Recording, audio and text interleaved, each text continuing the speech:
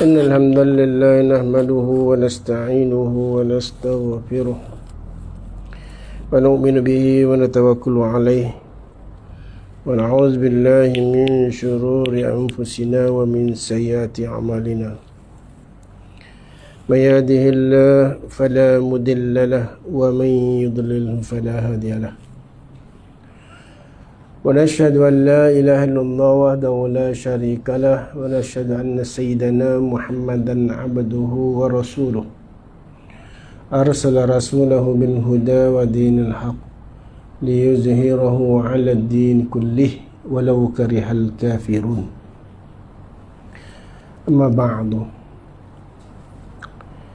Jadi alhamdulillah, syukur pada Allah SWT masih diberi ruang dalam keadaan sekarang ni. Sebahagian kawan-kawan kita sakit, sebahagian kawan-kawan kita yang tidak kesempatan untuk datang berjemaah, untuk datang duduk dalam kuliah, selepas ambil vaksin 2 dos tak boleh berjalan. Jangan marah, itu ada realiti berlaku. Walaupun bukan semua, tapi ada. Dan tak boleh datang ke masjid surau. Ada yang telah meninggalkan kita. Taman saya ada 10 orang meninggal masa kecoh wabak itu hari. Sekitar bulan 3 bulan 4 itu hari. 10 orang mati sekitar sebulan 2 bulan tu. Pengerusi surau tempat saya pun meninggal. Kematian datang. Nabi kata kematian akhir zaman, kematian yang mengejut, mati yang mengejut. Asbab dia penyakit ni lah. Kita tak boleh lari, kerana ini maknanya prasyarat kepada datangnya Dajjal, Nabi Isa dan Mahdi. Kalau tak lalui benda ni, kita tak sampai. Ramai meninggal. Saya balik Kedah, saya sebenarnya baru start kuliah minggu ni. Saya balik Kedah sekitar 4 bulan lebih, urusan rumah renovation, dan cadang nak duduk di Kedah. Tapi kawan-kawan sini, JK surau yang banyak minta tolong jangan pindah balik Kedah, terus mengajak kami. Jadi saya tak ada 2 dos. Jadi saya balik, JK tengok saya tak ada 2 dos, tak boleh aku kuliah malam ni. Saya balik Kedah, saya dapat 2 dos. Alhamdulillah. Allah memudahkan. Jadi urusan selesai, saya balik sampai Ahad lepas, sampai di sini Isnin terus start kuliah lah. Ramai di kalangan AJK dah reservekan nama saya, mereka tak isi, mereka kosongkan. Kecuali ada 2 masjid saja, 1 masjid saja. Yang masjid tu memang diisi. Ustaz-ustaz pergi umrah ke mana-mana, dia akan isi, ganti. Jadi saya pun tak beritahu kata saya balik. Yang lain-lain dia orang tengok dalam jadual kuliah Negeri Sembilan, dia orang tahu saya dah balik. Jadi apapun, kita duduk di ujung. Kawan-kawan saya meninggal serentak dalam masa seminggu. 1 orang, 2 lengkap 2 dos. 1 orang ada kompilasi penyakit lah. 1 orang ni tak ada apa-apa, sakit biasa saja. Namun bila balik pencen, semua umur saya umur pencen lah, umur 60 tahun ni. Cuma saya pencen awal lah, berhenti awal. Umur 55 dah berhenti rehat mengajar. Kemudian dia balik selepas pergi ke sawah. Cikgu pencen beli sawah lah. Dapat duit beli sawah banyak lah, berpuluh-puluh kelung lah. Selepas urusan sawah sekarang ni bukan kena turun sawah. Semua pakai, saya tengok dia orang tabur baja pun pakai drone. Sekarang ni mesin buat semua. Bila balik bawa kereta, sesak nafas, parking tepi, meninggal dalam kereta. Jadi kita kematian mendadak, kita pun tak boleh nak mengandaikan kematian kita, walaupun kita cakap okey sekarang ni. Macam saya duduk cakap macam sedia. Okay. Tapi bila berlaku kematian, dia mendadak. Ada orang mati dalam tidur. Kawan saya seorang pernah kerja sekali dengan satu company dulu, mati dalam tidur. Balik rumah mentua Johor, mati, meninggal dalam tidur. Jadi kita tak tahu. Apapun kita telah sampai di zaman yang penghujung, yang kita tidak boleh lari daripada keadaan ini, kerana dunia bukan sifat kekal. Dunia ni sifat sementara. Pastinya kita akan lalui benda ni. Allah takdirkan zaman kita ini kita lalui benda ni. Zaman ayah kita, atuk kita dulu tak lalui benda ni. Dan dalam zaman inilah zaman banyak fitnah.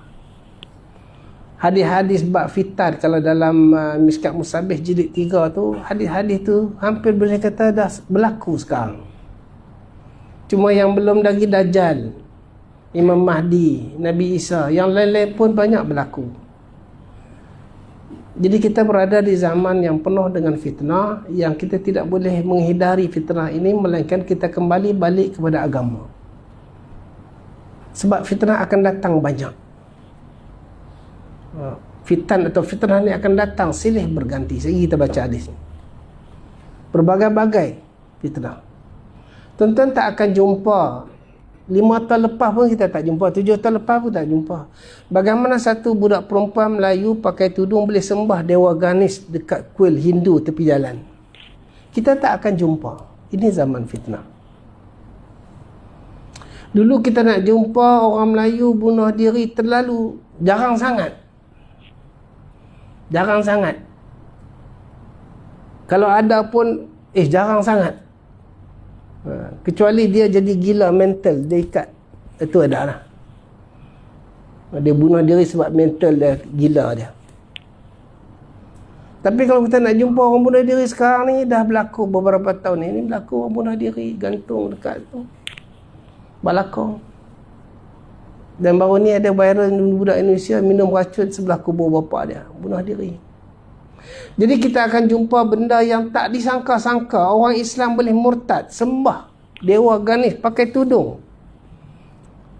Jadi bukan Islam lagi kalau dah sembah dewa. Orang Melayu pergi jumpa Sami Siam, sembah Sami Siam. Kanan nombor ekor di belah baling. Orang Melayu. Viral lagi dia tolong edarkan. Ni tolong Tok Cha ni boleh bantu dia. Kena nombor ekor. Duit banyak. Sebahagian nombor ekor tu sikit bahagian ni, macam kita zakat 25% dia macam keluar zakat. Bagi kat tokong Siam tu. Sami dekat buat Siam tu. Pergi jumpa Sami, ambil gambar bersama saya. Bersama dengan isteri. Kita tak akan jumpa zaman dulu. Ini zaman fitnah kita ni. Dulu kita tak jumpa macam ni. Jahat-jahat orang dulu tak sama macam ni. Maknanya yang menukar agama, kalau jahat dia merompak ada berlaku. Tapi untuk tukar agama ni, ini memang penghujung. Macam mana Prince Kuwait punya, anak Raja Kuwait boleh murtad jadi Kristian istihar. Viral sekarang. Kalau betul lah, rasanya betul lah insyaAllah. Murtad jadi Kristian. Sedangkan Kristian tidak diterima sekarang ni. Tidak ada hujah Kristian. Tidak ada hujah Kristian. Baru ni ada satu, dia orang hantar kat saya. Dia orang hujah Kristian, hujah yang Nabi Muhammad ni kahwin lebih. Kahwin sampai 9. Kahwin dengan budak yang bawah umur, kata mereka lah, Aisyah. Namun hujah-hujah tu sehingga golongan-golongan Wahabi Salafi, dia hadis yang Aisyah kahwin dengan Nabi 9 tu, dia orang kata hadis tu tak kuat. Dia nak tolak kerana memalukan Islam kononnya. Sebab Nabi ada Philadelphia tu punya penyakit yang suka dengan budak-budak ni. Dia orang nak tolak. Dan hadis tu dia orang kategori Syekh Albani kata, kalau ikut apa yang saya baca dulu lah, hadis tu tidak kuat. Bukan 9 tahun. Sebab nak tutup tu. Tapi bagaimana sekarang ni orang dah buktikan, saudara kita buktikan bahawa ini bukan telah berlaku di dalam kitab-kitab terdahulu. Nabi-Nabi terdahulu, Nabi Sulaiman AS 700 bini, yang kata 1000 orang bini. Itu agama yang dulu, agama Yahudi dulu. Jadi yang ni ini perkara yang dia orang nak memalukan. Tapi dah jawab, mana Kristian tidak diterima, Kristian tidak diterima. Apa hujah Kristian tidak diterima? Malah padi-padi Kristian pun reverse balik, masuk pada Islam. Orang buat Islam. Di Filipin, kawan-kawan saya pergi Filipin, banyak masuk Islam. Kampung-kampung, beribu masuk Islam serentak. Di Afrika beribu masuk Islam serentak. Ni saudara kita Ustaz Abid Liw ada kat Brazil. Diorang datang. Jemaah kawan-kawan saya pergi Islam kan orang Colombia.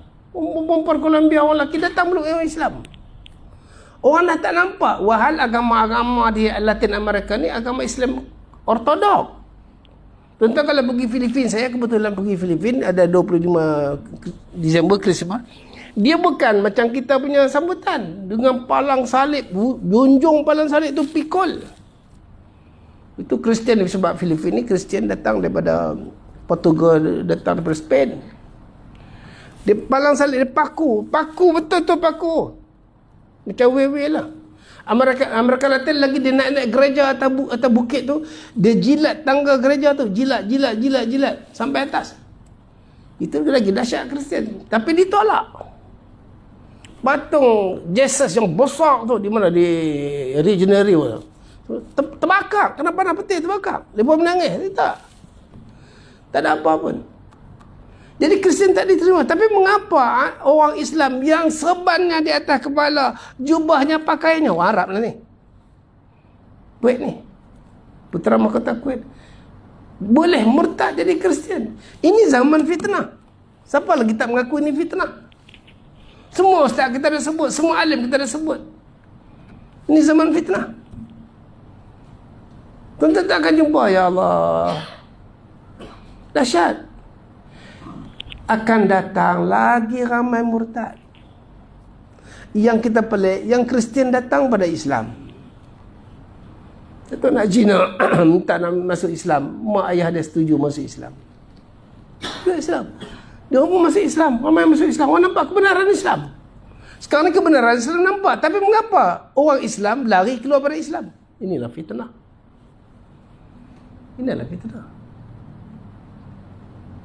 Orang Filipina masuk Islam dipanggil reverse to Islam, balik Islam. Cakap bahasa Tagalog pun sebut macam kita, balik Islam. Saya dah jumpa mereka. Saya berada 2 bulan di Filipina, di Manila dan juga di Manila, habis metro Manila semua sekali kawasan situ. Kemudian masuk ke Marawi, jumpa orang Kristian semua ni. Dan dia orang pun bagi tahu, yang Kristian tu bagi tahu. Dia bagi tahu apa? Dia kata keturunan kami dulu Islam. Presiden dia pun mengaku Islam sebab mak ada Islam orang Sulu. Jadi macam mana tiba-tiba yang Islam ni protes macam di Indonesia? Dia hujah hadis, satu kiai hujah hadis yang Islam ni tak betul. Ada pengikut dia lagi. Kiai, ada pesantren. Takkan gila? Inilah namanya zaman fitnah. Sebab tu tuan-tuan, kalau dengar fatwa-fatwa baru, terus kita jangan selepak percaya. Ini Allah bersifat begini-begini, Wahabi Salafi ni. Tak habis-habis hujah. Istawa, tahlilan. Tak ada benda lain. Habis yang Saudi buat haramkan tabligh, kemudian buat konsert tu Ahmad Diop. Ni, Justin Bieber apa semua ni. Berpuluh-puluh ribu orang dengan jubahnya yang tak jubahnya terkinja-kinja. Baru tahu macam mana rupa Saudi sekarang. Mengapa tidak ada protes? Dulu sikit-sikit Saudi, sikit Syekh Albani, sikit Ibn Bas, sikit-sikit Fauzan Ibn Fauzan, sikit-sikit ulama-ulama mereka tu. Saleh Husaimin buat dia punya satu bangunan, Saleh Husaimin punya. Rojok kepada Saudi, semua Saudi. Kira Saudi ni kira rojokan. Sekarang pun tidak ada. Saya setakat ni yang saya dengar, saya buka YouTube apa semua, tak ada lagi golongan ustaz-ustaz Wahabi kita protes tentang apa berlaku kat Saudi. Mengapa protes tahlilan tu kelang kabut? Yang sekarang yang berlaku, mengapa tak ada protes? Tak ada protes. Yang protes yang ada ni protes-protes yang dalam Malaysia ni. Habib Zainal Abidin tu pergi kat kubur, mereka kata sembah kubur. Ini dahsyat. Sebab tu kita duduk penghujung, tuan-tuan jangan percaya perkara yang ni. Pegang yang lama, Imam Syafi'i, Imam Hanbali, Imam Hanafi, 4 mazhab kita, Maliki, semua ulama-ulama dulu, kita dulu. Yang sekarang kalau ada berada di pinggir Dajjal, maka benda fitnah lebih besar. Apakah orang dulu bodoh? Itu saja kata kunci yang boleh selamat iman kita. Kerana kita berada di penghujung. Fitnah banyak sangat. An Uzaifah radhiyallahu an, hadis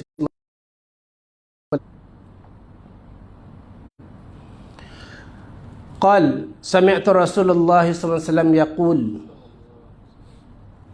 kata Huzaifah, aku dengar Nabi sallallahu alaihi wasallam bersabda. Huzaifah sahabat Nabi awal, sahabat awal di kalangan sahabat awal. Huzaifah penyimpan rahsia, banyak hadis-hadis yang bersifat rahsia dia simpan. Sehingga Sayyidina Umar tanya pada dia, wahai Huzaifah, ada tak dalam pentadbiran aku ni, esko aku ni yang munafik? Huzaifah kata ada, tapi aku tak mau bagi tahu. Sebab nama dia simpan. Sehingga yang terakhir Dajjal, semua orang yang menyesatkan umat Nabi ni, menyesatkan orang Islam ni, nama dia, bin apa, suku keturunan mana, semua ada dalam simpanan dia.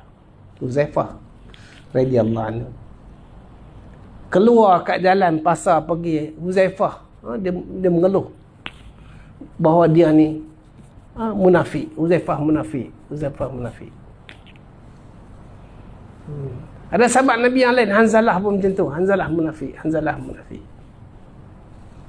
Kerana mereka ni terlalu dekat dengan Allah, mereka buat amal ikhlas sehingga mereka tak merasai takut amal tidak diterima. Kita ni zaman fitnah banyak. Kadang-kadang kita rasa na'udzubillah. Sebab tu selalu ada kuliah mendampingi ulama'-ulama'. Saya bukan ulama' lah, pergi jumpa ulama', dampingi mereka, tengok wajah mereka, duduk bersama dengan mereka. Hati kita hidup. Sampai kita jaga zikir, Quran, tahajud, Allah akan bantu kita. Dan bersangka baik. Dan menjauhi fitnah-fitnah. Doa, ya Allah, jauh daripada fitnah. An Huzaifah radhiyallahu anhu qala sami'tu Rasulullah sallallahu, aku telah dengar Nabi SAW yaqul, Nabi SAW telah bersabda, tu'ridul fitanu ala qulubil kal hasir, udda. Tu'ridul fitan, fitnah akan melanda ala qulub, ke atas hati-hati manusia. Ni hati kita ni. Bila hati rosak kena fitnah ni, maka amalan jadi rosak, timbullah fitnah besar dalam masyarakat. Hati. Dia kata udda di sini, tu'ridul fitanu 'ala qulubil kal hasir, seperti tikar, anyaman tikar, udda. Ayu tazharu laha fitnatun ba'dal ukhra, satu persatu fitnah akan datang bertimpa-timpa. Udda anyaman tikar. Udda kal hasir, seperti anyaman tikar. Tikar ni kalau kita anyam dia kan naik turun, tenggelam, turun macam tu. Jadi fitnah tu akan datang bertimpa-timpa, silih berganti. Sebab tu dia kata ayu tazharu laha fitnatun ba'dal ukhra, satu-satu selepas satu.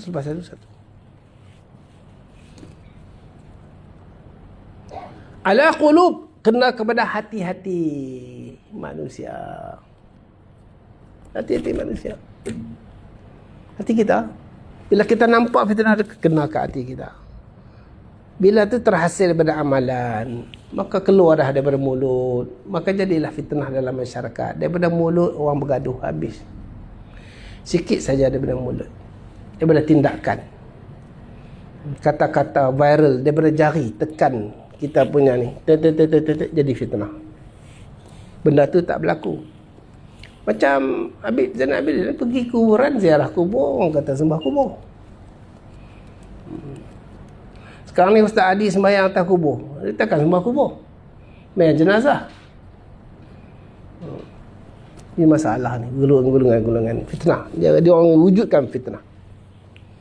Itu satu. Banyak lagi fitnah-fitnah dalam bentuk ibadat, dalam bentuk muamalat, muasyarat, imaniyat, akhlak kita, akhlaqiyat. Udda seperti anyaman tikar, ayu qalbin ashribaha nukita fihi naqtatun sauda, mana-mana hati-hati asyribaha. Asyribaha mana minum.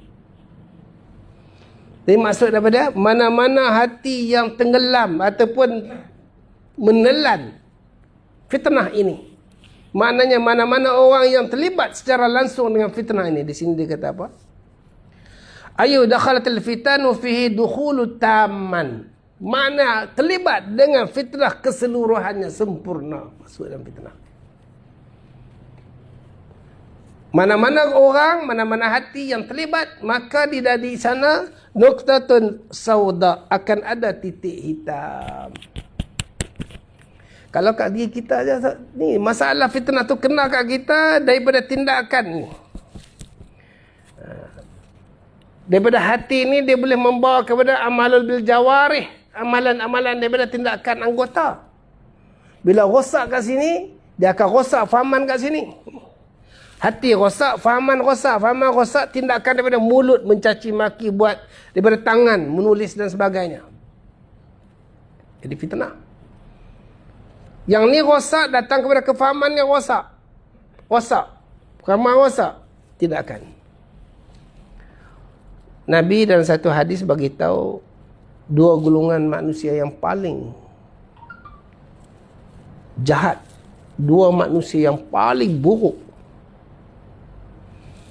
Bukan umat Nabi, dua golongan, dua orang manusia yang paling buruk. Bukan umat Nabi ni, campur semua sekali. Manusia ni semua daripada umat dulu sampai sekarang. Yang pertama yang membunuh unta Nabi Saleh. Itu tanda-tanda kehebatan kebesaran Allah. Dia bunuh tanda-tanda kehebatan kebesaran Allah supaya manusia tak nak tengok. Itu tanda. Lihat tanda kehebatan. Mana mungkin daripada batu keluar binatang yang hidup? Unta Nabi Saleh. Mujizat Nabi Saleh, dia bunuh lelaki ni. Ni di antara manusia yang paling buruk ni, lelaki ni. Bunuh unta Nabi Saleh. Nabi Saleh buat perjanjian dengan kaum dia. Hari ni unta ni minum air, ni lepas tu unta kamu minum air apa semua. Dia orang bunuh unta tu. Dan inilah lelaki yang paling buruk. Dua orang lelaki paling buruk, pembunuh unta Nabi Saleh. Orang lihat unta, lihat tanda kehebatan kebesaran Allah ketika itu mukjizat. Daripada batu keluarnya unta. Mana boleh batu keluar unta? Benda mati keluar benda hidup. Dan yang kedua yang membunuh Sayyidina Ali, Abraham bin Muljam. Abraham bin Muljam satu orang yang pandai baca Quran. Kira dia guru tajwid, qari. Baca Quran pandai, sedap, mengajar Quran. Ketika zaman pemerintahan Sayyidina Umar radhiyallahu an, pemerintah Mesir dilantik sahabat Amr bin al-As, dan Amr pergi ke Mesir memimpin tentera dan menguasai Mesir dan menjadi pemimpin Mesir. Itu Amr bin al-As. Hebat, satu orang hebat. Sampai di sana, Amr mentadbir sebagai gubernur. Apa permasalahan, Amr akan rujuk kepada Sayyidina Umar. Dia akan tulis surat kepada khalifah. Apa saja masalah. Masalah Sungai Nil tak naik air, mereka campak perempuan cantik buat korban. Air Sungai Nil naik, itu tradisi mereka. Amr bin al-As tengok itu, dia tak buat tindakan seorang. Dia tanya khalifah dulu. Tanya khalifah, wahai Umar, bagaimana keadaan ini, amalan khurafat yang begini. Bagaimana aku nak bertindak? Minta pandangan khalifah. Sayyidina Umar hantar dua surat. Satu surat ditujukan kepada Sungai Nil.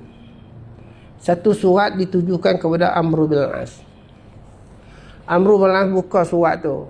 Assalamualaikum, selamat sejahtera ke atas kamu, wahai Amr. Bersama dengan surat ini ada surat untuk Sungai Nil. Selepas kamu membaca surat ini, kumpulkan semua orang masyarakat di tebing Sungai Nil. Campakkan surat ini ke Sungai Nil. Campakkan surat ini ke Sungai Nil. Apa isi surat tu? Wahai Nil, wahai sungai Nil. Kalau kita tulis wahai sungai Kelang dengan sungai Gombak, ni punca Kuala Lumpur, bandar Kuala Lumpur ni, orang punya ketawa kita. Mereka kata dah COVID masuk kepala. Tapi Sayyidina Umar waktu tu tulis surat kat sungai Nil. Wahai sungai Nil, kamu semata, lebih kurang mafhumnya, kamu semata-mata makhluk Allah. Kamu tidak boleh mengalir dan surut dengan keinginan kamu. Kamu naik dan turunnya, kamu mengalir dan surutnya keizinan daripada Allah. Maka aku khalifatullah, geraklah kamu, mengalirlah kamu kerana keizinan daripada Allah. Tuan-tuan, nak tanya, sungai ni sekolah? Mana ada sungai nak sekolah? Ustaz tanya apa ni? Sungai ni boleh baca dah? Mana ada sungai ni boleh baca? Dia bukan orang. Habis Sayyidina Umar hantar kat dia, mana sungai ni boleh baca lah. Yang ni kita kata, yang memahami itu bukan kerana pembacaan. Allah kurniakan kebolehan kita nak memahami melalui pembacaan. Kau tak baca pun boleh faham. Nabi tak baca. Nabi tak belajar. Sungai Nil tu bukan makhluk macam manusia, tapi boleh memahami. Allah yang beri kekuasaan untuk faham. Sahabat faham yang ni. Sebab tu iman mereka kuat, hebat. Kita kata, oh dia tak boleh dah, dia masuk oksigen, ditidurkan, tak boleh bernafas. Dah tak nafas dah. Tet. Indikator tu tunjuk macam tu. Kita kata dia tak bernafas, mati. Sebab bagi bernafas? Pasal apa dia bernafas? Pasal dia punya jantung dia semua okey. Saluran nafas okey, dia boleh bernafas. Habis tak boleh apa? Tak okey. Yang bagi bernafas bukan jantung, Allah.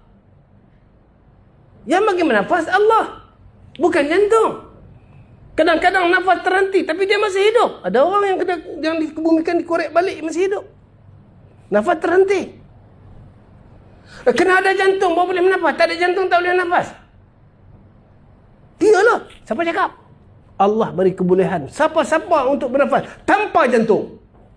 Yang ni kena tak dalam kita punya minda dan hati kita. Allah berkuasa tiada segala sesuatu. Allah berkuasa atas segala sesuatu. Tak kira yang nampak tak nampak, yang dalam badan ke apa.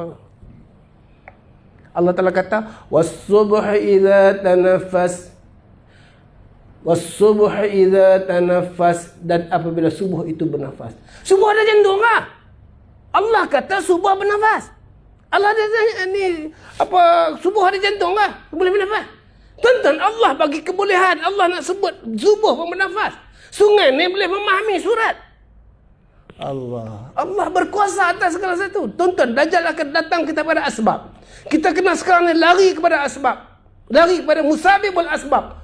Kembali kepada musabib yang menjadikan sebab. Allah Subhanahu wa ta'ala. Tu. Ni akan datang ni bahaya. Ujian-ujian kita ni bahaya. Dia tak boleh cakap. Alright. Pasal mulut dia ni tak boleh cakap. Pasal mulut apa? Pasal mulut dia lah, lidah dia tak ada. Tapi dia yang tu boleh, dia ada lidah boleh cakap. Ada lidah tak boleh cakap. Dia ada lidah tak boleh cakap. Yang tu kata lidah pendek lah apalah. Lidah dia pendek tak boleh cakap. Dulu tanya pasal apa? Pasal ada mulut. Habis kau tak ada mulut tadi. Tak ada mulut mana boleh cakap Ustaz? Gila Ustaz ni. Tak ada mulut mana boleh cakap Ustaz? Ni cakap dengan mulut. Tapi Allah Ta'ala kata di hari akhirat orang bercakap tanpa mulut. Dengan tangan mereka. Al-yawma nakhtimu ala afwahim wa tukallimuna aydihim. Cakap dengan kami tangan. Tangan ada mulut tak? Tangan ada mulut tak? Senanglah kita nak genyih kepala kita ni. Tangan tak ada mulut. Tangan bercakap. Jadi bercakap bukan kerana mulut. Kerana Allah bagi kebolehan untuk bercakap. Allah bagi kebolehan untuk bercakap. Bukan kerana ada mulut. Allah Ta'ala kata tu dalam Quran tu. Mulut ni tertutup. Yang cakap tangan kami. Tangan-tangan mereka. Berjalan dengan kaki. Kalau tak ada kaki tak boleh jalan. Tak, Allah boleh bagi jalan. Di hari akhirat, di mahsyar, manusia berjalan dengan muka. Aisyah tanya, macam mana jalan dengan muka? Aisyah pun tak faham. Nabi kata, macam mana di dunia manusia berjalan dengan kaki menghindari batu dan duri-duri, begitu di hari akhirat mereka jalan dengan muka untuk menghindari batu dan duri-duri. Allah bagi kebolehan. Jadi apa sekarang ni? Sekarang ni kembali kepada musabibul asbab. Allah subhanahu wa ta'ala. Jangan duk percaya kepada sebab. Corona langgak ni, varian dulu Delta, sekarang apa, Omicron. Ni apa, CDC pula beritahu ni, WHO kata ada lagi nak kena ambil dos keempat pula dah. Dos kedua, dos ketiga. Tuan-tuan, kembali, tidak akan datang mudarat, melainkan Allah SWT mudarat. Namun kita kena lari daripada penyakit. Buat lari daripada penyakit berbagai-bagai cara.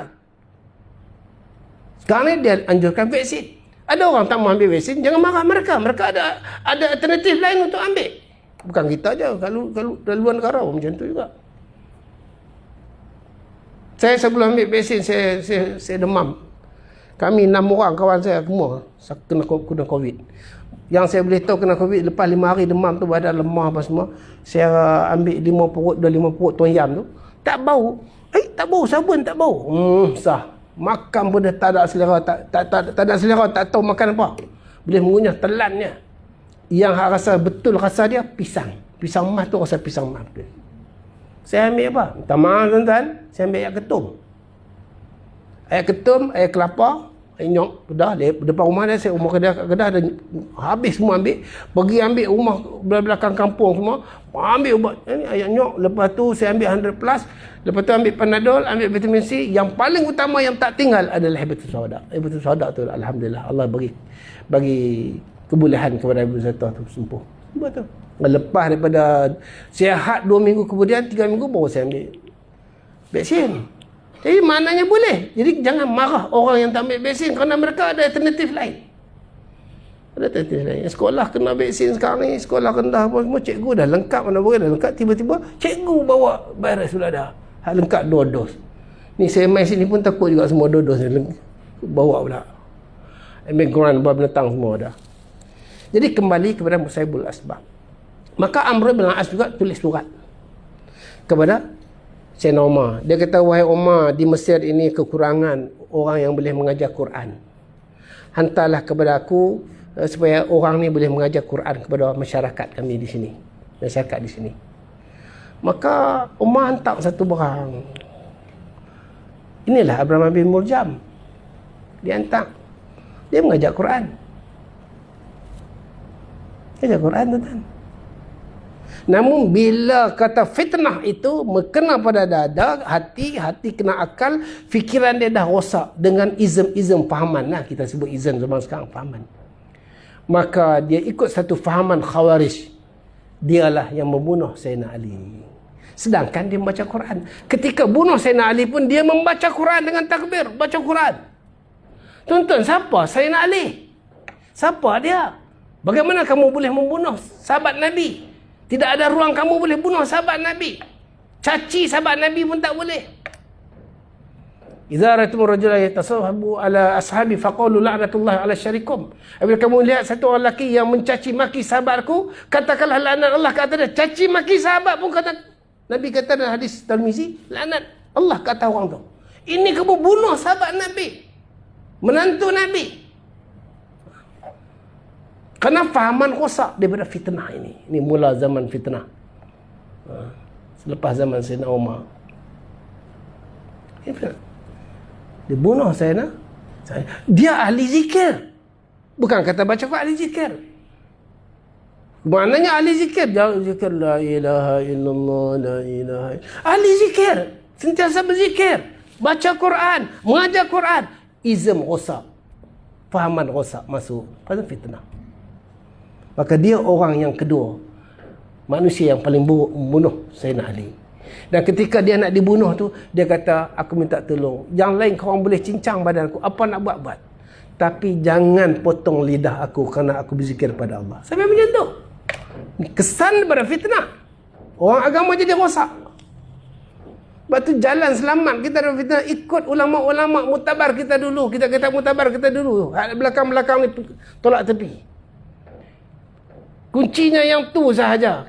Sebab kita banyak orang dulu dah clarify dah semua tu. Tahlilan ke apa ke, atas kubur ke apa, semua sekali ni istiwa orang dulu dah clear dah clarify dah dulu. Kalau nak ambil balik titik bengik benda-benda macam ni, titik tahu macam tu lah maulud Nabi, titik tahu macam tu lah, macam tu lah. Kalau tak ada dia cakap pun dia bawa keluar video lama-lama. Tinggalkan yang tu, kembali balik kepada yang benar betul. Nuktatul sauda, titik hitam. Tentu bila banyak sangat fitnah kena titik hitam, jadi tindakan daripada mulut dia rosak. Daripada inna fi jasadil mudghah idza salah jasadul kulluh wa idza fasadat jasadul kulluh ala wal qalb. Dalam hati, dalam badan kita ni ada seketul daging. Kalau baik seluruh anggota badan, kalau buruk seluruh anggota badan.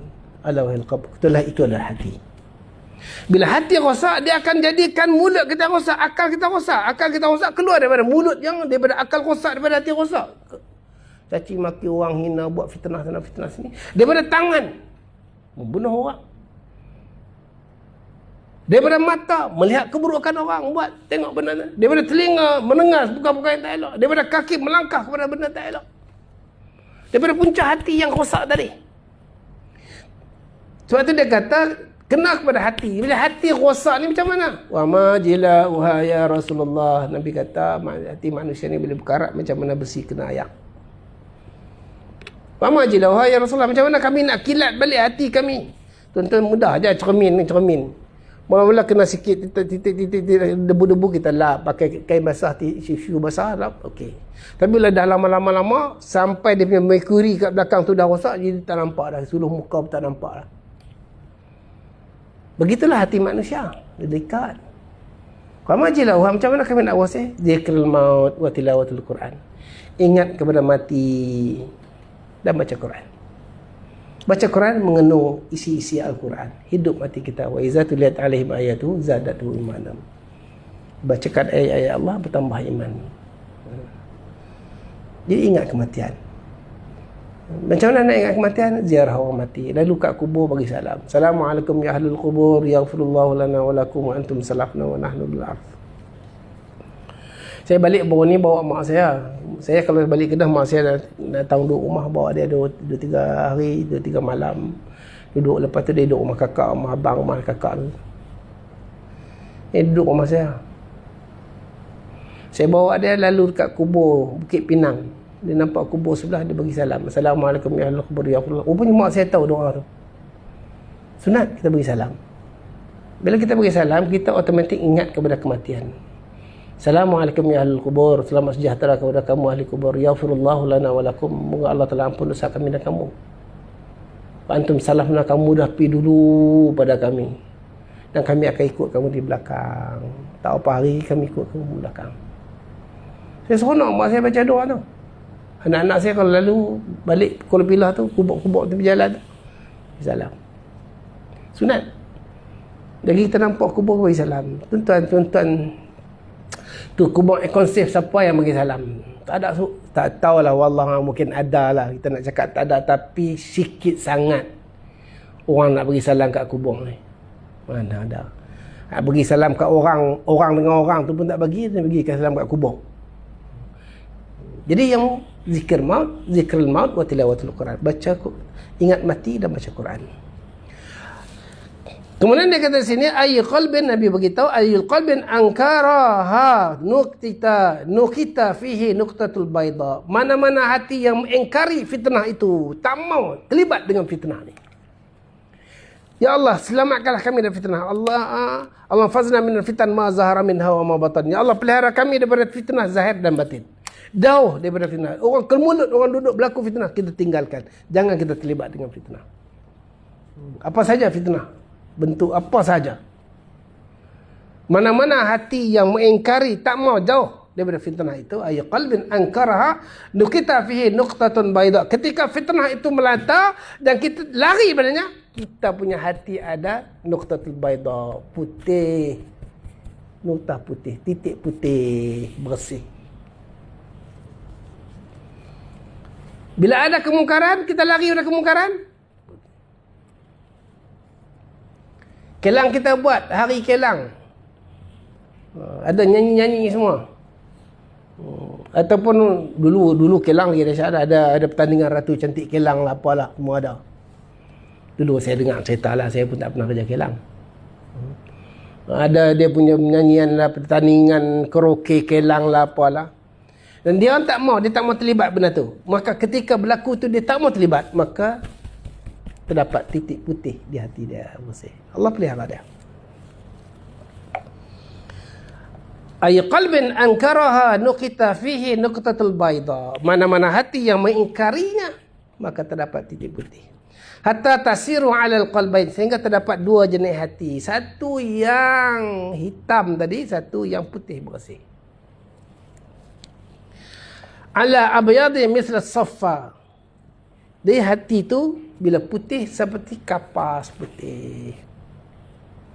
Hati yang tak mau dengan terlibat dengan fitnah-fitnah ni. Orang duk caci sana caci sini, dia tak mau terlibat. Tuan-tuan tahulah dalam grup, saya tahu kita punya setiausaha ni pun ada dalam grup tu. Allah. Saya ada tapi saya tak komen. Tengok macam-macam, tak boleh komen. Bukan situ tempat nak komen. Ada macam-macam. Sekarang ni malu apa bosku dah tak ada dah. Pasal bosku sekarang ni. Sekarang ni macam-macam lah, orang tunjuk ni, ada tunjuk ni, sana tunjuk. Kita tak mau fitnah apa pun selagi tak jelas. Jangan kita jelas pun kita jangan terlibat, sebab aib orang. Tak bagus cerita buruk orang. Itu sahaja. Walaupun betul nak komen-komen lagi pada muka laknat Allah apa semua, tak payahlah. Ini yang terlibat. Kita boleh baca aja. Na'udzubillah, tak elok. Walaupun mungkin betul, tapi aib orang tu tak elok kita cerita. Walaupun betul. Siapa-siapa pun. Kita tak tahu ujungnya macam mana. Allah, kita tak tahu. Kita tak tahu. Michael Jackson tu, siapa tahu ujung umur dia mati dalam Islam? Kita tengok dia menari-menari, tergija-gija. Siapa sangka dia akan mati dalam Islam? Tak boleh. Tak boleh tentu. Ujung umurnya datang balik pada Islam. Kita tak tahu satu orang bertaubat. Nampak macam dia punya badan penuh tattoo, tapi bertaubat. Saya jumpa orang mereka, orang Afrika, tattoo, datang pada Islam. Kita mungkin tengok dia macam jahat, pegawai macam brutal sangat, tapi dia boleh mati, dan mati pula dalam sujud. Dalam keadaan datang masjid memeluk agama Islam, selepas sembahyang dan nak sembahyang juga. Imam kata lepas sembahyang zuhur nanti kita syahadatkan kamu, sebab ramai kawan-kawan kita orang Islam datang, mereka akan menyaksikan. Tak nak, saya nak syahadat sekarang. Disyahadatkan sekarang, tunggu zuhur. Dia nak lepas zuhur, Imam kata lepas zuhur, nak sembahyang zuhur meninggal. Siapa sangka? Sebab tu hal berkaitan dengan fitnah ni, benda betul yang berlaku dalam masyarakat ni, kita diam tu jauh lebih baik. Jangan kita pula tak mahir benda-benda tu. Di luar pengetahuan kita, benda tu tak jelas. Kita pun baca maklumat orang, sengkederi punya maklumat, bukan primary. Jadi kita jangan komen, biarkan orang jangan terlibat. Kalau ia betul sekalipun, tu tak baik kita aib orang. Ala abdan misla saffa fala tadurruhu. Jadi hati yang bersih putih tu, fala tadurruhu fitnatun, tidak akan datang mudarat. Macam mana fitnah datang pun tak akan mudarat pada dia. Fala tadurruhu fitnatun madamatis samawati wal ard, selama ada langit dan bumi. Tak kena dia lari daripada fitnah. Hati dia putih bersih,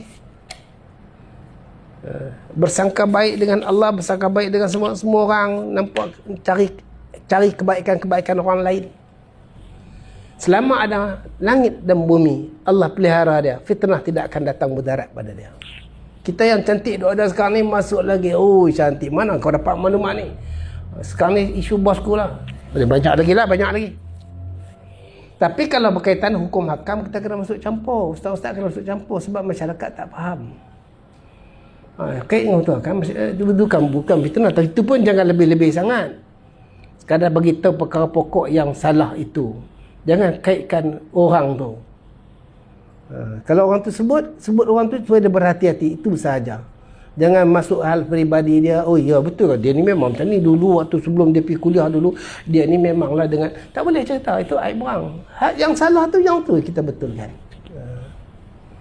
Betulkan yang tu. Tak boleh kait-kait dengan isteri dia, anak dia, apalah semua. Ada dulu ada satu orang pakar motivasi, dia duduk bagi kuliah begini tentang didik anak dia ada masalah. Tak payah cerita, perah anak kau bermasalah. Ya. Kan semua orang berjaya. Dia mungkin boleh bagi tahu, bagi pandangan kita begini. Dan tak semestinya semua anak dia. Mungkin dalam 5-6 orang, seorang mungkin ada masalah. Kita pakai doa lah. Dia bagi jalan macam mana nak buat, motivasi kita macam mana nak buat.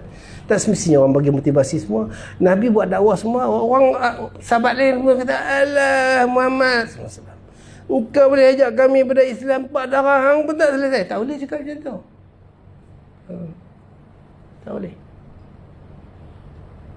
Ini urusan hidayat nak bagi anak-anak semua ni. Memang ada, tapi kadang-kadang anak tu akan riba balik. Ada satu orang kawan alim, dia mengajar hadis, mengajar ni masjid, ceramah sana, ceramah sini. Tiba-tiba anak dia curi motor. Anak dia pecah rumah, curi motor apa semua. Orang kata, ustaz bapa dia bukan main, anak curi motor sana, buat hawa-hawa sana. Selepas beberapa tahun saya jumpa anak dia. Assalamualaikum Pak Abang, saya kenal anak dia. Jadi elok, jadi baik.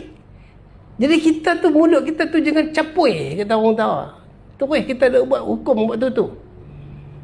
Allah jadikan anak dia, rupanya anak dia tu kemudian jadi orang baik. Balik beragama, kembali balik agama. Siapa nak sangka? Waktu kita tak boleh benda-benda ni.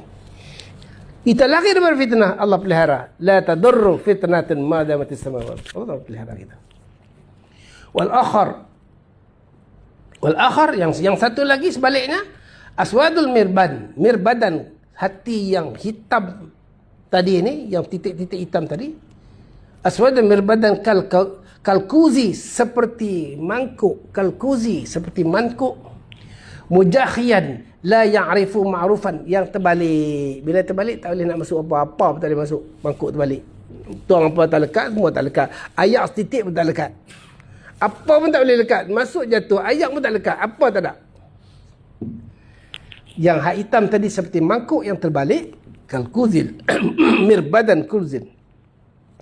Kalkuzi mujahiyan la ya'rifu, yang terbalik, yang la ya'rifu itu tak kenal. La ya'rifu ma'rufan wa la yunkiru munkaran.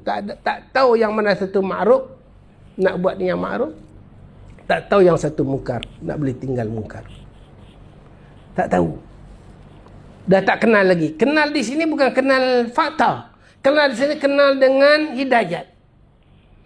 Kadang-kadang dia tahu berzina ni haram, tapi dia tak boleh tinggal. Dia tahu. Jadi kenal ini kenal dengan suluhan hidayat daripada Allah dan menghindari benda tu. Jadi tak kenal. Ketika itu dah hitam, dia tak kenal. Kalkuzi mujahiyan la ya'rifu ma'rufan wa la yankiru munkaran. Tak boleh tinggal benda-benda mungkar. Tak kenal lagi yang mana mungkar. Sama saja. Rasa itu okey semua. Wahal dia buat benda yang mungkar. Ma'ruf tak boleh nak buat. Mungkar telah dibuat. Dah tak boleh sama saja, ma'ruf dengan mungkar sama saja. Dah tahu duit tu haram, sapu juga. Ni rasuah haram, sapu juga. Tahu, pergi ambil juga. Lama-lama sedap dengan orang rasuah. Dengan orang rasuah tu pula pergi umrah. Tajak kawan-kawan pergi umrah. Dia tak kenal yang mana ma'ruf lah. Duit rasuah tu pergi umrah. Pakat pergi umrah semua. Habis umrah kita pergi Jeddah. Sudah tu kita pergi Turki. Hua-hua kat Turki. Habis yang tu apa? Pergi umrah tu ada apa? Dah tak tahu yang mana ma'ruf, yang mana mungkar. Pergi Turki dia rosak pula kat Turki. Na'udzubillah. La ya'rifu ma'rufan wa la yunkiru munkaran illa ma ushriba min hawa. Semuanya dia ambil semua sekali, telan semua sekali, dasar hawa nafsu dia. Habis. Ini zaman tuan-tuan, zaman fitnah banyak. Buatlah sesuatu yang kita ada pelihara dari fitnah. Doa Allah mafazna min fitan ma zahara min hawa ma batan. Lindung dari fitnah dajjal. Fitnatul mahya wal mamat. Ya Allah, lindung kami daripada fitnah hidup dan fitnah mati. Hidup ni pun ada fitnah, waktu nak mati pun ada fitnah. Tu fitnatul mahya wal mamat. Wa fitnatul masihud dajjal, fitnah dajjal. Minta jauh.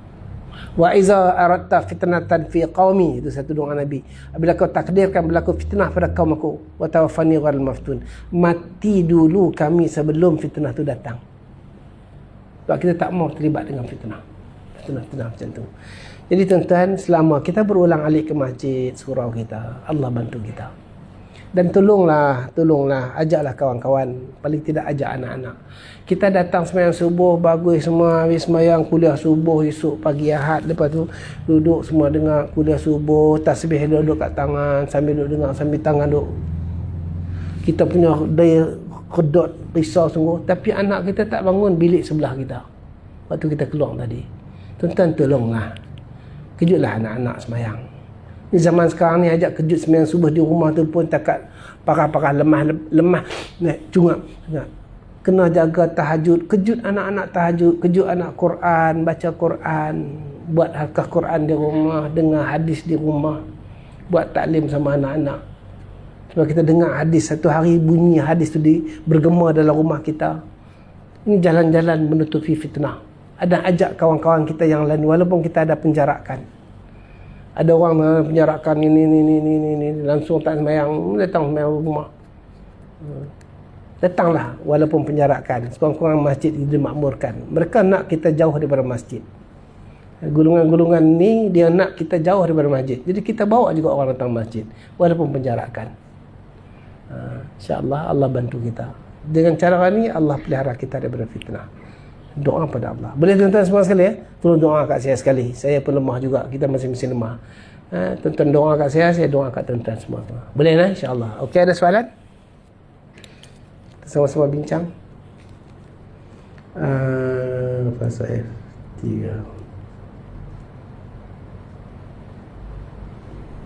Pasal 3F kan? Pasal 3F kan? 3? A, bukan F. Selama ni saya duduk tulis F. Jauh A dengan F. Pasal 3A. Okey. Ini 11 ha? Okey, ada soalan?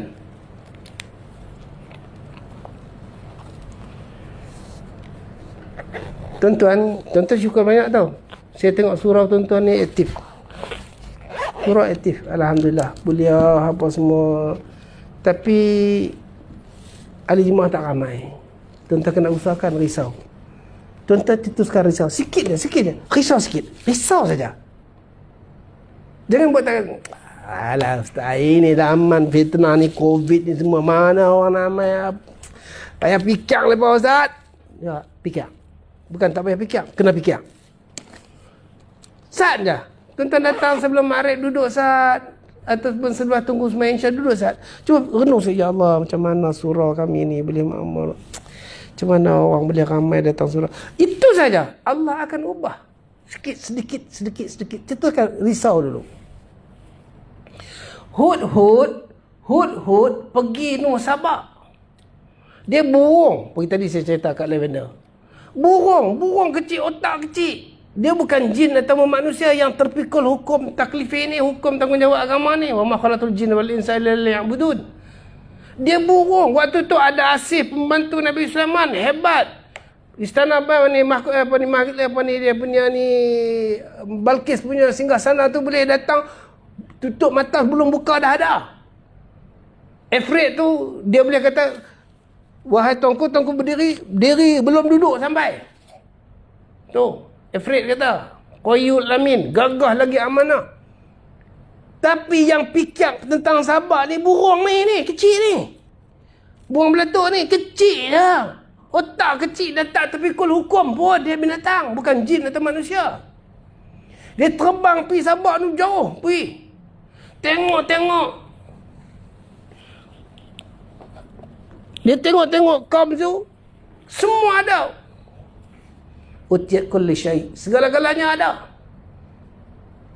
Walaha arsyul azim. Dia ada istana, bagi dia ada singgasana yang hebat. Kemudian, apakah kesedihan? Risau dia apa dia?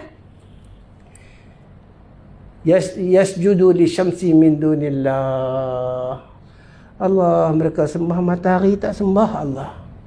Kalaulah mereka sembah Allah yang punya khazanah yang besar. Ini burung. Mananya dia ada kerisauan. Dia burung. Apa dia boleh buat kat Sabah tu? Semua manusia nak semua beriman. Jin-jin semua. Tapi bila ada risau ni, dia balik. Sulaiman tengok mana rompong ni. Wakil burung hut-hut tak sampai ni. Mana pergi? Dia main, dia tak ada hujah betul, aku sembelih dia. Dia kata kepada Sulaiman, aku datang bawa berita yang paling, tak pernah ada orang bawa berita paling tepat, paling benar. Pun dia cerita. Sulaiman kata, baik, aku akan hantar surat. Tengok macam mana. Sulaiman hantar surat lah. Itu bismillah tu. Yang mula-mula tulis Bismillahirrahmanirrahim. Bawa surat. Habis siapa nak bawa surat tu? Orang yang risau lah. Tuan-tuan, bila tuan-tuan duduk, Ustaz, macam mana surah aku ni, macam mana anak boleh semayang, anak-anak cucu ni. Macam mana rumah ni. Asyik-asyik order Shopee. Asyik-asyik order Shopee. Kan? Pening kepala. Tengok. JT duk hantar. Ten. Sehari sampai 2 bungkus mai. Contoh bukan sini ya. Online. Jadi bila kita dah risau yang ni tuan, risau, Allah situ sah. Dan siapa yang nak bawa? Yang nak bawa di Uhud surat tu. Tuan-tuan boleh bayangkan cerita bagi tadi. Tuan-tuan boleh bayangkan macam mana Uhud nak bawa ni. Bawa surat Nabi Sulaiman ni. Surat yang terisi isi dakwah. Maknanya surat yang mulia. Balqis kata surat yang mulia. Surat tu isi. Siapa nak bawa? Patut bagi Asif lah. Asif macam tu pun singgah sana boleh sampai. Takkan dia tak boleh sampai dari sana. Dia boleh sampai sana. Oh, boleh cepat. Maknanya hidayat lebih cepat sampai. Seruan boleh lebih cepat sampai. Bagi ke Asif lah. Atau bagi ke Efred boleh zoom sampai sana. Sampai boleh dakwah. Selamat dia orang daripada kekufuran. Tapi tak burung ni yang pakai gear manual ni, terbang ni. Tuan-tuan boleh bayang, dia bubuh kat mulut dia. Daripada Baitul Maqdis ke Sabah, beribu-ribu batu. Beribu-ribu batu. Terbang. Macam mana dia nak terbang bawa ni? Awak dia tak lenguh lah. Tak lenguh lah. Kita naik motor pergi Bangi pun lenguh tangan. Kan? Bukan lenguh tangan. Bukan goyang bawah, bukan macam tu. Bukan motor macam tu ya. Tu pun lenguh. Ni duduk-duduk je. Tuan-tuan boleh bayang macam mana beribu-ribu batu dia terbang, surat tu dia pegang kat mulut dia. Dia pun lapang juga. Kalau kita naik motor pun kita berhenti kan, kat R&R isi minyak apa semua, dia pun lapang juga. Nak kena ayak kat R&R.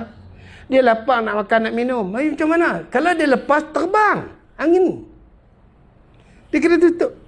Ulama' kata, dalam penafsiran, saya dengar daripada kuliah ulama' di luar negara. Dia pijak dengan kaki dia surat tu, dia makan. Tindih surat tu dengan kaki dia. Tu dia baca. Makan, minum ke apa. Lepas tu pegang balik, terbang balik. Lepas tu berhenti. Tak, cari ayam. Dia nampak ayam. Hut-hut ni digunakan oleh Sulaiman untuk cari ayam. Sebab mata burung hut ni dia nampak daripada bawah pasang tu boleh nampak ayam semua dia terbang. Dia bagi tahu Sulaiman panggil Efred korek. Baru ni viral satu dekat padang pasir, rupanya itu lubang air perigi yang dikorek oleh Efred. Dia orang katalah dia tengah padang pasir, dia pergi ke Yaman. Mana burung cari, Efred korek. Buka-buka salah batu ada lubang air. Dia kata itu salah satu. Wallahu alam kata mereka. Baru dapat surat. Pergi sampai sana. Macam mana nak buat ni? Macam mana nak? Sulaiman bukan. Nabi Sulaiman kata, kau campak surat tu kat Balqis. Lepas tu tengok apa dia buat. Macam mana burung huk ni Nabi? Dia macam mana nak terbang, nak masuk macam mana? Tuan-tuan, kawalan dia bukan kawalan manusia je, kawalan jin pun ada zaman tu. Security tu bukan tembus ni. Dia bukan ada dodos mai sejahtera, tak ada. Tak ada. Kawalan tu, kawalan jin semua. Tak boleh lepas. Burung tak lepas, binatang tak lepas, jin tak boleh lepas. Istana tu Singgahsana tu dijaga. Tak nak jaga. Jadi Hud macam mana nak buat ni? Takkan nak bagi tahu Sulaiman hantar WhatsApp ke apa, tak boleh. Ni macam mana lah cerita lah betul-betul macam mana aku nak masuk ni, tak boleh masuk. Hang suruh hantar. Tak ada. Bila Sulaiman hantar dia putus, dia taat. Sebab bila satu orang yang ada kerisauan, dia ada kerisauan, Allah tunjuk jalan keluar. Dia terbang, Allah tunjuk akal bagi dia macam mana nak hantar surat ni. Terbang terus masuk lubang angin, terus masuk. Balqis tengah tidur, dia lepas masuk. Tak ada Balqis. Balqis bangun-bangun tengok surat. Baca daripada Sulaiman. Dia duduk jauh seperti. Lepas tu baru bagi balik. Tuan-tuan, kalau kita duduk sekejap, renung fikir macam mana anak aku, isteri, macam mana ahli karya aku ni, surau, kuliah banyak, yang semayang, Allah, sikit ciput, malu lah ustaz-ustaz main. Macam mana? Kita duk renung-renung risau macam tu. Allah tunjuk jalan keluar. Buat sat. Allah tunjuk jalan keluar. Ada sikit kerisauan, kebimbangan, Allah akan tunjuk jalan keluar. Boleh tuan-tuan? Tak mahu dah saya sentuh benda tu. Dan itu cara. Sebab saya dah pergi banyak masjid surau. Yang saya sampai di sana, masjid surau tu tak hidup. Surau tu tak hidup. Saya buat benda-benda macam ni. Surau dah diceras. Surau tak hidup. Mayang, orang tua tak datang. Budak-budak tak ada. Saya cari budak-budak kawan pergi, petang-petang tarik sampai budak-budak dadah saya panggil masuk, diceras. Ceras flat. Saya sebut Taman Ikan Mas. Dalam tu ada surau, sebelah tu ada masjid. Masjid Zubair bin Awam tu saya. Tu saya bagi tahu. Di Sungai Besi. Surau Kampung Pinang tak ada dah. Macam tu juga. Ni Taman Rasa Sayang dulu, semayang masjid Taman Rasa Sayang, semayang maghrib 7 orang tau, Isya 5 orang lah. Ni saya bocor ni daripada dengar rakaman, dengar dia macam tak lepas sihir saya ada bocor. Lepas tu sihir saya kena sihir, tapi alhamdulillah Allah telah pelihara sehingga saya buat kuliah bawa mikrofon daripada rumah. Tak kegila. Tapi bukan nak salah dia orang, itu keadaan Allah nak uji kita, nak bagi kemuliaan kita, bukan itu Allah jadikan sebab.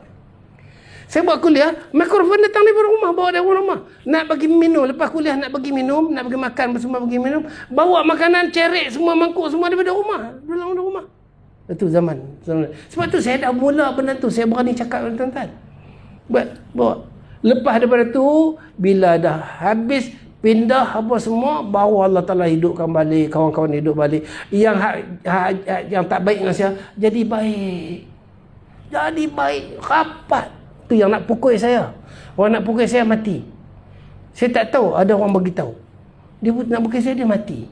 Bukan kita orang bagi dia mati, tak. Lepas tu yang lain semua jadi baik. Kalau kenuri kahwin, pasti mereka akan datang rumah bagikan. Tak kira lah yang grup-grup tu. Nak kena kahwin, jumpa pergi rumah dia bagikan.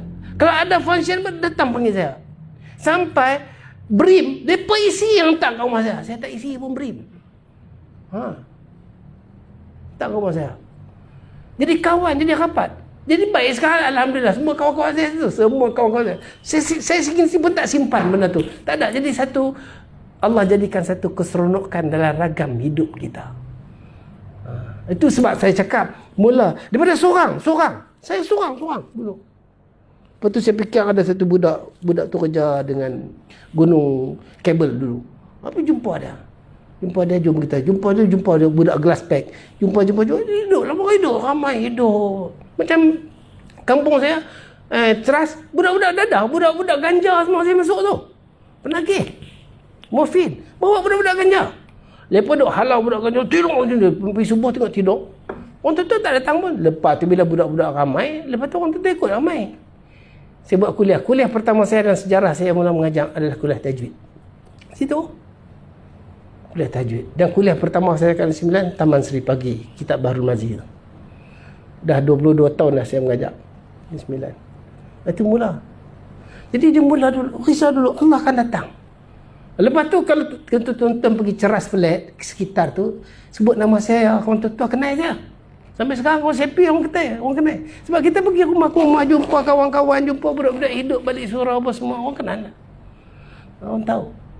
Jadi tuan-tuan, mula sikit Allah tu. Sebab tu saya cakap ni bukan saya cakap satu kaedah perancangan yang saya tak terlibat. Sebab saya terlibat buat benda tu dan benda tu terbukti.